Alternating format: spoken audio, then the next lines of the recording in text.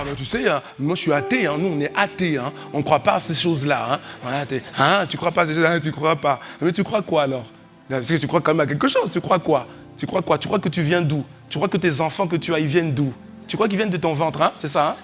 Tu sais comment les concevoir? Toi, tu sais comment on actionne. Ça, tu sais comment on actionne, ça, je crois que tu sais. Mais tu sais comment, tu vois, tu sais comment ça fonctionne? Tu sais d'où ça vient? Et toi-même, tu sais d'où tu viens? Hein? Ben, génétiquement, il a été prouvé que l'homme descend du singe. Descend du singe. Ah bon? Toi, tu descends du singe. Ah, c'est sûr que quand je vois... Souvent, ils mettent la photo de leurs enfants sur le bureau, là. Tu dis, c'est vrai que quand je vois la photo de ta fille, c'est vraiment une guenon, hein? Elle a une tête de guenon, hein? Quand tu dis ça, ils se fâchent, hein? Tout de suite, ils se fâchent. Oh, comment tu parles de ma fille? Hey, calme-toi. C'est pas toi qui as dit que tu descends du singe? Oh, calme-toi. Donc si tu t'énerves, ça veut dire quoi? Ça veut dire que toi-même, tu crois même pas à ce que tu dis. Alors, il descend du singe. Il descend du singe. N'importe quoi. Va questionner le singe pour dire le singe. Bon, pourquoi toi, tu n'es pas descendu en même temps que nous? Va questionner le singe. Le singe va dire, moi singe, toi homme. Mais attends, n'importe quoi. Mais parce que quand on a fait les analyses, le singe est un peu comme l'homme. Il a deux bras, il a aussi des jambes et des pieds. Il a une posture qui ressemble à l'homme, même si c'est disproportionné, bien sûr, au niveau des membres. Et quand on regarde sa texture et tout, ça ressemble à l'homme. Mais attends, frère, sœur, ne sois pas troublé par ça. Mais c'est normal. L'être humain est trois. L'être humain est un esprit qui possède une âme et qui habite dans un corps. Le corps de l'être humain a été tiré de la terre. Pareil que le corps du singe. Pareil, c'est la même chose que le corps du singe. Maintenant, dans son travail de design, quand Dieu a designé, hein, eh bien le singe s'est retrouvé un peu, tu vois, non? Un peu comme... voilà. Maintenant, si tu analyses la composante du corps humain, tu vas trouver des similitudes avec le singe. Ben oui, puisque le corps vient de la même terre, des mêmes... Quelqu'un me suit ou pas, ou quoi? Des mêmes ingrédients. Mais le singe n'est pas un esprit. Le singe a une âme, parce que pour pouvoir vivre, il faut une âme, l'âme vivante. Amen. Mais le singe n'est pas un esprit. C'est un animal.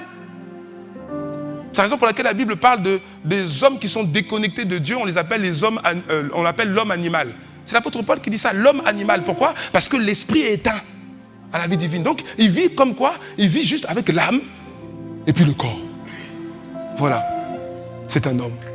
Il peut être cravaté, hein, diplômé, hein, mais l'esprit est éteint depuis le péché d'Adam. Qu'est-ce que j'étais en train de dire? Mais oui, je suis en train de dire quoi? Il ne faut pas te laisser, frère, sœur, il ne faut pas te laisser piétiner par les chrétiens, avec pas les chrétiens, les païens, avec leurs bêtises. Tu dois pouvoir leur parler et leur montrer que c'est du délire ce qu'ils font. C'est du délire. Tu dis, mais attends, mais donc toi tu te crois sage, toi tu te crois intelligent.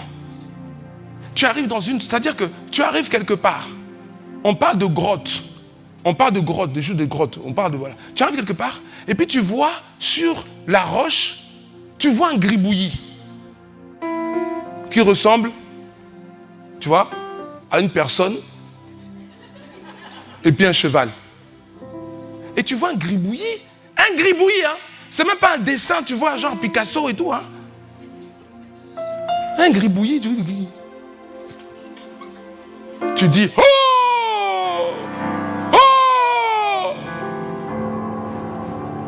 Là, c'est une vie, c'est comment dire, c'est une intelligence humaine qui a fait ça. Ça ne pouvait pas sortir de nulle part. C'est forcément la preuve d'un passage humain dans cette grotte. Donc toi, tu vois un gribouillis et tu sais reconnaître qu'un être humain est passé. Et quand tu vois la beauté de l'univers, quand tu vois la beauté de la terre, quand tu vois la beauté de la création, les animaux et tout, toi, tu te dis pas que mais ça, c'est pas le fruit comme ça du hasard, mais c'est la création de quelqu'un qui lui-même aussi t'a créé. Non, tu vois un gribouillis, grotte de Lascaux, on parle grotte de Lascaux ou autre là. Tu vois un truc et puis tu dis qu'il y a une présence humaine, qu'il y a forcément une vie qui a fait ça. Mais regarde la grandeur de Dieu. Regarde. Et montre-moi une seule chose que tes yeux voient qui n'a pas été créée. Montre-moi, ça c'est les questions que je pose aux païens. Montre-moi une seule chose que tes yeux voient qui n'a pas été créée. Montre-moi une seule chose. Montre-moi une seule chose. Montre. La cravate, elle a été créée. Oui. Chemise, elle a été créée. Pupitre, elle a été créé. Farde, elle a été créée. Projecteur, écran, LED, tout a été créé. Montre-moi. Tapis, elle a été créé. Autoroute, voiture, créée. Alors tu crois, tout ce que tu vois a été créé. La caméra n'est pas venue comme ça. Pouf. Elle est arrivée, caméra. Quelque chose d'aussi sophistiqué. Tellement sophistiqué. Ça apparaît comme ça. Et puis toi tu viens, tu utilises. Mais réfléchis. Il n'y a rien de plus complexe que le corps humain. Il n'y a rien de plus. C'est-à-dire que, c'est incroyable. Donc quand un païen vient te dire, mais toi tu as un problème, tu vas à l'église. C'est pas normal d'aller à l'église, on est au 21e siècle. C'est démodé, c'est dépassé. On va à l'église pour les mariages, pour les baptêmes, c'est tout. Pas tous les dimanches. Non, tu dois répondre, non, c'est vous qui avez un problème. C'est un problème. Donc toi tu vis comme ça là, toi tu n'as pas Dieu dans ta vie. Mais comment tu fais? Je m'interroge. Hein. Comment tu fais? Ne laisse pas le païen te faire croire que tu as tort et te minimiser parce que tu suis le vrai Dieu. Non, toi tu dois lui dire que c'est lui qui a tort. C'est les chrétiens qui doivent se taire dans les entreprises. Il est chrétien. Hello, Hubert? C'est l'heure de déjeuner, tu manges pas avec nous là? Non, j'ai pas faim. Arrête de dire tu as pas faim. Dis je jeûne. Pourquoi tu dis j'ai pas ça un mensonge? Non, j'ai pas faim. Ça c'est le mensonge ça. Dis non, je jeûne. Ah bon? C'est quoi ça? Tu fais le ramadan? Non, je jeûne. C'est quoi ça? Non, mais en fait, je jeûne, c'est-à-dire que je ne mange pas, je mangerai le soir. Mais pourquoi? Mais parce qu'en fait, le jeûne, c'est un exercice spirituel. En fait, je suis simplement en train de me préparer à un temps de prière. Ah bon? Waouh! Et tu arrives à tenir? Oui, j'arrive à tenir. Mais c'est pas possible, on ne peut pas tenir une journée sans manger. Ah si, c'est possible, je suis la preuve vivante. Mais comment c'est possible? Parce que le Saint-Esprit est en moi. Le Saint quoi? Le Saint-Esprit. Si tu veux, je t'invite à l'église, et puis tu verras qu'il y a plein de gens qui font comme moi, ils jeûnent, ils peuvent jeûner toute la journée, hein, sans manger. Ah bon? Même 3 jours, ah bon? C'est possible? Ah oui. Mais c'est des super-héros? Oui, on est des super-héros. Amen. Ah oui. Alors, que quelqu'un dise amen. Tu as compris ce que j'essaie en train de dire? Ce que j'essaie de dire plutôt, c'est qu'il faut que les nouvelles personnes soient dans le bain de la communion fraternelle. Parce qu'il faut qu'ils aient de nouveaux numéros qu'ils pourront appeler. Pas des gens qui vont leur dire « Ah, faut pas aller à l'église », pas des gens qui vont dire « Mais tu t'es fait un lavage de cerveau ». Ah, mais des gens qui vont dire « Ah oui, mais viens, on va en boîte de nuit ». Non, c'est pas ça. Pas des gens qui vont dire « Viens, on va te faire une taf ». Une taf. Non. Des gens qui vont dire non mais tiens, on va faire une agapé. On va faire un agapé, et puis pendant l'agapé, à un moment donné, quelqu'un va donner un témoignage. À un moment agapé, après à un moment donné, on va prier, on va rendre grâce à Dieu, on va célébrer Dieu, on va prier pour un cas. On va faire, vivre un moment de communion fraternelle à l'église, avec le groupe des jeunes, avec le groupe des femmes d'impact, avec le groupe des hommes d'impact. Voilà, il faut les mettre dans un autre environnement relationnel, parce que l'être humain est un être relationnel. Et s'il n'a pas de relation, il va chercher des relations. Et si tu ne lui proposes pas de relations, il va repartir dans ses relations de païens. Donc il faut permettre aux personnes d'avoir d'autres visages, d'autres frères et sœurs en Christ qui partagent la même foi, d'autres numéros qui peuvent l'appeler, d'autres types de messages WhatsApp qu'ils vont recevoir, d'autres types de SMS, d'autres types de emails qu'ils vont recevoir.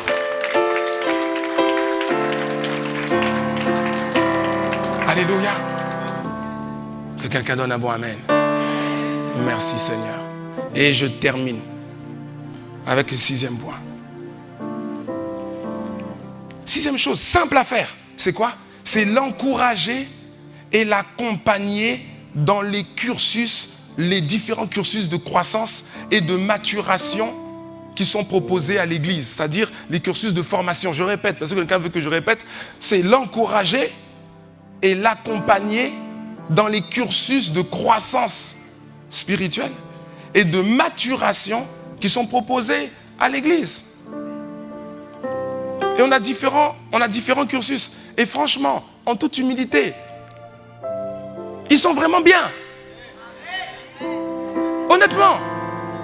Ça veut dire parce que c'est ICC. Non, ils sont bien.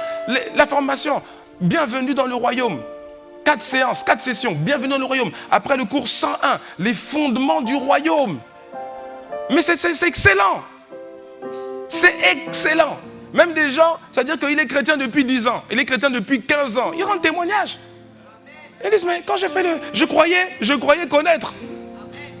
J'allais même à reculons au 101, on dit, oh, 101, 101, non, c'est des trucs des basiques ça. Et puis arrivé là-bas, il dit, maman Nangaï. Donc, ça là, c'est comme ça. Ah! Oui, c'est comme ça. Après le cours 201, les piliers de la maturité spirituelle. Tu encourages la personne. Ce n'est pas juste que tu l'encourages, tu l'emmènes. C'est-à-dire que tu dis, viens, on va t'inscrire. Voilà. Tu inscris, tu vas aux bornes, tu vas à l'accueil, tu inscris la personne. Quand elle est inscrite, le jour du premier cours, tu vas avec la personne. Même si tu as déjà suivi le cours, tu vas. Et puis tu viens, tu assistes aussi au cours. C'est une manière de l'encourager. Amen. C'est ça qu'on fait. Les parents, quand ils amènent les enfants pour la première fois à l'école maternelle, la toute première fois à l'école maternelle. L'enfant, c'est sa première expérience de l'école. Quand on l'amène, vous voyez les parents qui restent même. Oui ou non? Ah ouais, là, ils restent là. Après, on doit les chasser. Hey, vous, allez là-bas, lâchez. Mais la personne te chassera. Parce que ce que tu fais, c'est ce que tu dois faire. Amen. Tu encourages quelqu'un. Parce qu'il faut que la personne soit ancrée en Christ. Et pour être ancrée en Christ, ce n'est pas une histoire de vision. Ce n'est pas une histoire de prophétie, de songe, non. C'est une histoire de parole. La parole, il faut qu'elle soit ancrée dans la parole. Parce que si elle n'est pas ancrée dans la parole, on en reparlera après. Si elle n'est pas ancrée dans la parole, tu vas faire de cette personne un chrétien léger, une chrétienne légère. Quelqu'un qui va partir dans tous les sens. Ah, j'ai rêvé, je t'ai vu en blanc. Ah, je dois me marier. Oh, je dois me marier. Alors que peut-être la signification, c'était simplement tu dois te sanctifier. Tu vois. Amen. Tu inscris la personne, tu viens avec la personne. Est-ce que les 6 choses qu'on vient de dire, est-ce que c'est impossible pour quelqu'un ici? Non, voilà. Et quel que soit ton âge dans le Seigneur, quel que soit ton niveau de maturité spirituelle, ce qu'on vient de dire là, tu peux le faire. Tu peux manifester l'amour. Dis-moi amen.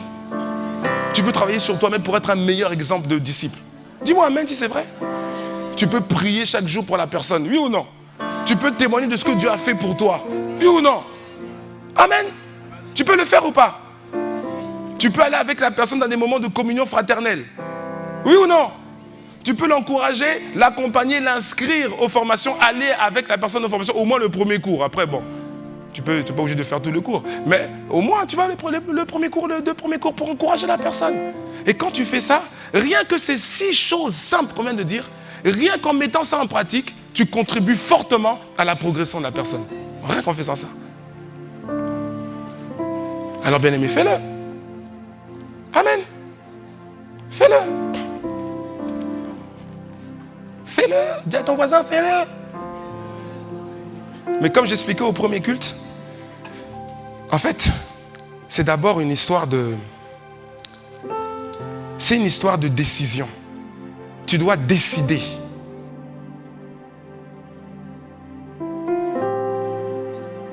Si tu ne décides pas, tu ne pourras pas le faire. Tu ne dois pas laisser ton âme décider. Tu termines avec ça.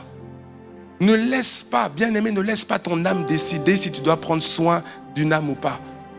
Si tu dois prendre soin d'une personne ou pas, ne laisse pas ton âme décider. Parce que si tu laisses ton âme décider, ton âme va dire non. Ton âme va dire, tu as un programme. Ton âme va dire, mais tu as une grande famille, tu dois t'occuper de tes enfants. Ton âme va dire, tu travailles, tu es professionnel. Ton âme va dire, tu es fatigué. Ton âme va dire toutes sortes de choses. Non, laisse ton âme. Tu sais que tu dois le faire parce que tu es enfant de Dieu et parce que tu aspires à être un disciple de Christ. Alors tu décides de le faire. Amen. C'est un choix. Ce n'est pas des circonstances qui vont faire que. Non, c'est un choix. Alléluia. J'aimerais que chacun de nous fasse ce choix-là. Alors nous allons prier. Parce que je crois que dans cette salle, il y a plusieurs, je le sais, il y a plusieurs, votre cœur est déjà embrasé par rapport à ça. Votre âme est déjà en feu par rapport à ça, par rapport au fait d'accompagner les gens, de contribuer à les faire grandir en Christ. Mais il y en a d'autres. Et ça, ils sont plus nombreux. Il faut juste avoir l'honnêteté de savoir où tu te trouves. En fait, tu n'as pas encore ça dans ton cœur. Tu n'as pas encore ça. Je suis en train de parler, j'ai parlé. Tu as dit Amen. Tu te dis, bon, ce qu'il dit, c'est cohérent. Ce qu'il dit, c'est dans la Bible. Mais bon, dans mon cœur, là, moi, m'occuper des gens, c'est pas trop ça. Mais justement, tu dois mettre ça dans ton cœur. Comment tu mets ça dans ton cœur? Tu es humble et sincère devant Dieu. Et tu dis, Seigneur, mets ce désir dans mon cœur. Mets ce désir dans mon cœur. Ne laisse pas ton âme décider ce que tu dois faire. Là, ce n'est pas ce que tu veux, c'est ce que tu dois. Alors là où tu es bien aimé, je t'invite à élever la voix maintenant devant Dieu et à reconnaître. Si tu n'as pas ce désir encore dans ton cœur de dire Seigneur, embrasse mon cœur pour ça. Embrasse mon cœur pour ça, parce que c'est ton souhait. Ton souhait, c'est que l'on s'occupe des nouveaux-nés en Christ. Tu as posé la question à Pierre, tu as dit, Pierre, m'aimes-tu? Pierre, est-ce que tu m'aimes? Pierre, est-ce que tu m'aimes? Et après tu lui as dit, Pierre a dit, oui, je t'aime, oui, tu sais que je t'aime, Seigneur, oui, tu sais que je t'aime. Mais tu lui as dit, si tu m'aimes, alors occupe-toi des petits, occupe-toi des plus faibles, occupe-toi des brebis, occupe-toi des agneaux, occupe-toi-en, prends-en soin. Alors bien aimé, vraiment devant Dieu, ma prière, c'est que tu puisses faire cette prière de dire Seigneur, embrasse mon cœur pour ça. Embrasse mon cœur pour ça. Embrasse mon cœur pour ça. Parce que tu reconnais dans ton âme, tu reconnais dans ton cœur que ton cœur n'est pas embrasé pour ça. C'est-à-dire qu'on a parlé, mais tu t'es pas senti, tu vois, de dire oui, je vais le faire. C'est comme si tu t'es senti, oui, bon, c'est bien, mais ça ne m'intéresse pas. Bien-aimé, il n'est pas question de ce que ça t'intéresse ou pas. Il est question de ce que Dieu veut que nous fassions. Comme on a dit tout à l'heure, on ne fait pas toujours ce qu'on veut, mais on doit toujours faire ce qu'on doit. Et Dieu nous appelle à faire des disciples, à contribuer à emmener des personnes d'un point A jusqu'à un point B, à un point C.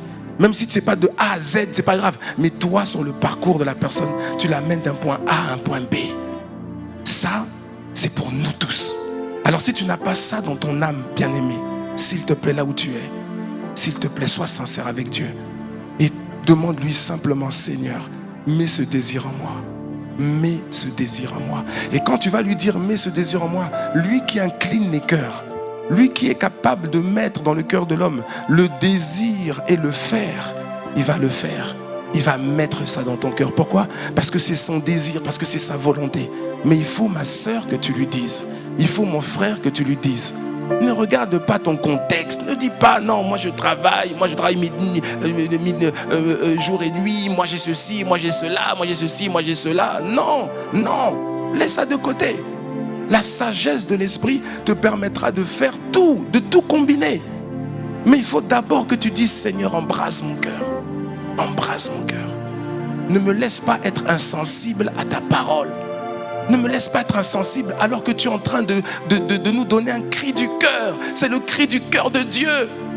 Occupez-vous des plus faibles.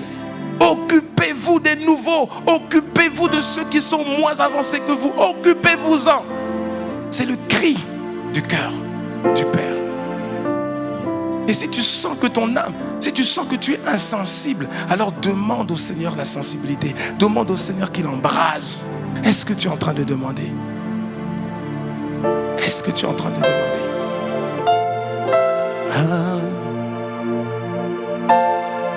Touche-moi. Embrase. Embrase. Est-ce que tu es en train de lui dire, Seigneur, embrase-moi? Je ne veux pas sortir de cette salle avec le sentiment juste de dire, ça, là, cette parole, c'est pas pour moi, c'est pour mon voisin, c'est pour ma voisine. Non, non. Il faut que ton cœur soit embrasé. C'est le désir de Dieu qu'on prenne soin de nos jeunes frères et sœurs. Quand je dis jeunes frères et sœurs, je ne parle pas d'âge physique. Hein? Non, je parle d'âge en termes de maturité spirituelle. Je crois en effet que c'est plus simple. Par exemple, que les jeunes encouragent et s'occupent des jeunes. Que les adultes encouragent et s'occupent des adultes. Je crois que c'est plus simple. Que les seniors, les grands-parents, les seniors encouragent aussi et s'occupent d'autres seniors. Ou bien aussi peut-être d'autres adultes. Mais il faut ce feu. Bien-aimé, je veux t'entendre, même si ce n'est pas à haute voix. Je veux quand même t'entendre demander, Seigneur, embrasse mon cœur. Oh là, je ne t'entends pas. Oh, élève la voix un peu plus. Magnifique. Esprit de Dieu, touche-moi. Touche-nous. Seigneur, fais de ICC une église qui prend soin. Fais de Impact Centre Chrétien Bruxelles une église qui prend soin. Et de nous, une église qui est portée là-dessus. Non pas pour faire des chrétiens seulement, non, mais pour faire des disciples de Christ. C'est notre prière. Fais-le, Seigneur, s'il te plaît. Et alors que nous sommes dans une attitude de prière, je ne peux pas terminer sans donner l'opportunité à quelqu'un de se réconcilier avec Dieu en donnant sa vie à Jésus-Christ. Avoir entendu parler de Jésus-Christ et connaître Jésus-Christ sont deux choses différentes. Dans un premier cas, c'est une information. Dans un deuxième cas, c'est une relation. Et tant que tu n'as pas cette relation avec Jésus, tu ne peux pas être appelé enfant de Dieu. Et tant que tu n'es pas appelé enfant de Dieu, alors les portes du ciel ne te seront pas ouvertes, quelles que soient tes bonnes œuvres sur la terre.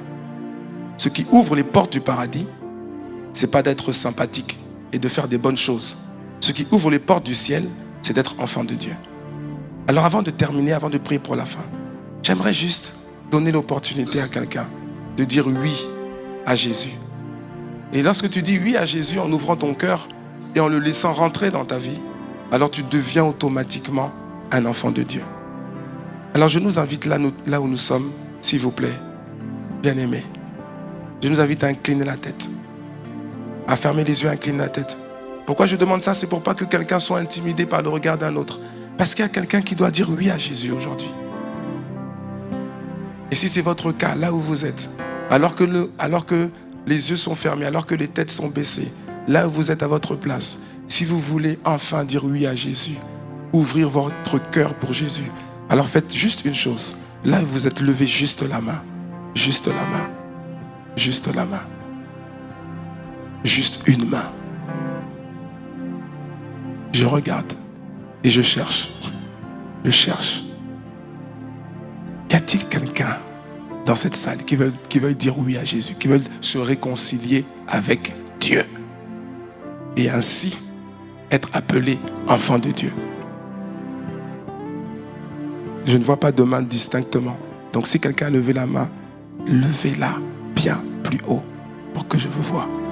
Merci Seigneur. Je vois une main qui vient de se lever. Y a-t-il quelqu'un d'autre? Je vois une deuxième main qui vient de se lever. Y a-t-il encore quelqu'un d'autre? Quelqu'un d'autre? On me signale une troisième main qui vient de se lever. Merci Seigneur. Merci Père. Alors que nous gardons toujours la tête baissée quelques instants, je vais vous demander à vous qui avez levé la main, de maintenant, de faire encore une dernière chose, c'est de vous tenir debout à votre place. Tenez-vous debout. Tenez-vous debout en gardant une main levée. Tenez-vous debout. N'ayez pas honte, n'ayez pas peur. En fait, ils ne sont pas 3, ils sont 4. Ils sont moins 4. Merci Seigneur. Tenez-vous debout. 5 en fait, 5. Je vois une cinquième main. Merci Seigneur. Alors je vais vous demander, vous qui avez eu le courage de vous tenir debout, de dire oui à Jésus. Maintenant, je vais vous demander de répéter cette prière après moi. Et si vous faites cette prière de tout votre cœur, alors vous deviendrez enfant de Dieu. C'est-à-dire que vos noms seront inscrits dans le ciel. C'est ce que la Bible explique. Vos noms seront inscrits dans le livre de vie, ce qu'on appelle le livre de vie de l'agneau, le livre de vie de Jésus, dans lequel il y a les noms de toutes les personnes qui sont sauvées, de toutes les personnes qui n'iront pas en enfer, mais qui iront au ciel. Alors je vous invite à répéter après moi cette prière et à la faire de tout votre cœur, mais à la faire avec votre bouche. En partant du cœur, c'est vrai, mais avec votre bouche. Parce que la Bible dit que c'est en croyant du cœur et en confessant de la bouche que l'on parvient au salut.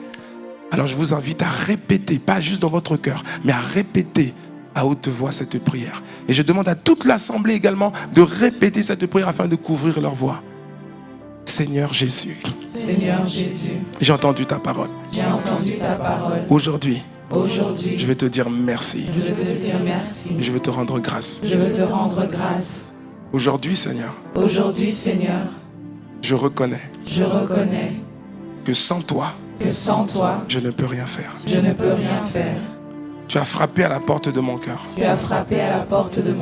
Et j'ai laissé cette porte fermée. Pendant longtemps. Parce que je ne comprenais pas tes intentions. Je n'avais pas compris, Seigneur. Que tu ne veux pas mon mal. Mais qu'au contraire. Tu m'aimes. Et tu m'as toujours aimé. Aujourd'hui. En ce lieu. Je t'ouvre la porte de mon cœur. Et je t'invite à rentrer dans ma vie, Jésus. Je te demande pardon. Pour tout le mal que j'ai fait. Pour tous les péchés que j'ai commis. Je me repens. Et je te demande pardon.